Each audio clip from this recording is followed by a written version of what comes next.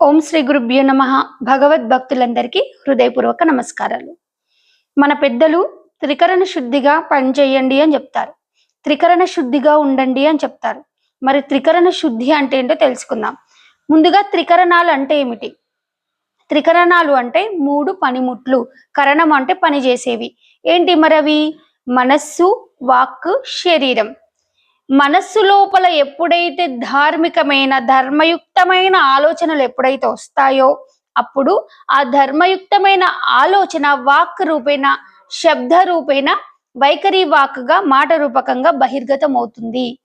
ఈ వాక్ రూపకంగా ఎప్పుడైతే ఆలోచన మనస్సు నుండి ఆలోచన ఉద్భవించి వాక్ రూపేణ, మాట రూపేణ బయటకు వచ్చినప్పుడు ఆ శరీరం కూడా ధర్మయుక్తమై ఇన్న కార్యక్రమాలు చేయాలి. అంటే ధర్మబద్ధంగా, అంటే మనస్సు చేసే ఆలోచనలు ధర్మయుక్తంగా ఉండాలి, ఈ మాట కూడా ధర్మయుక్తంగా ఉండాలి, ఈ శరీరం కూడా ధర్మాన్ని పాటించాలి. ధార్మికమైన ధర్మమైన పనులే ఈ శరీరం చేయాలి. అధర్మమైన పనులు శరీరం చేయకూడదు. అధర్మమైన పనులు శరీరం చేయకూడదు అన్నప్పుడు మనస్సు లోపల ఉన్నటువంటి ఆలోచనలు అధర్మపూరితమైనవిగా ఉండకూడదు. ధర్మపూరితమైన మాటలు ఎప్పుడైతే మనం మాట్లాడతామో ఆ మాటలు ఎక్కడొస్తున్నాయి? ధర్మపూరితమైన మనస్సు నుండే వస్తున్నాయి. కాబట్టి ధార్మికమైన, అంటే ధర్మబద్ధమైన, శ్రేష్టమైన ఆలోచనలు ఎవరికి ఉంటాయో వారి మాట కూడా శ్రేష్టంగానే ఉంటుంది, వాళ్ళు చేసే పనులు కూడా శ్రేష్టంగానే ఉంటాయి.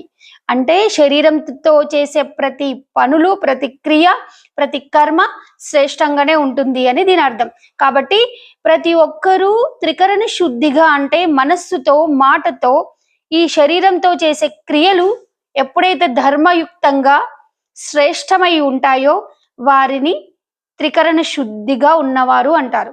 ఎప్పుడైతే త్రికరణ శుద్ధి కలిగిన భావంతో మనం ఉంటామో అప్పుడు ఏది చేసినా అది ఈశ్వర అర్పణమే, అది శివార్పితమే. అంటే ఈశ్వర భావనతో చేస్తున్నట్టు, అంటే దైవీ గుణాలతో ఉన్నట్టు.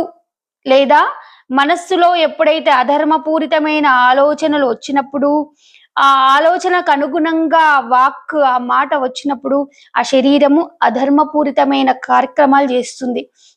అంటే అసురీ గుణాలతో ఏవి చేయకూడదో ఆ పనులు చేస్తుంది. కాబట్టి మనము మనిషి పుట్టినప్పుడు త్రికరణ శుద్ధిగా, అంటే మనస్సుతో, మాటతో, శరీరంతో చేసే ప్రతిక్రియ ధర్మయుక్తమై ఉండాలని భావం.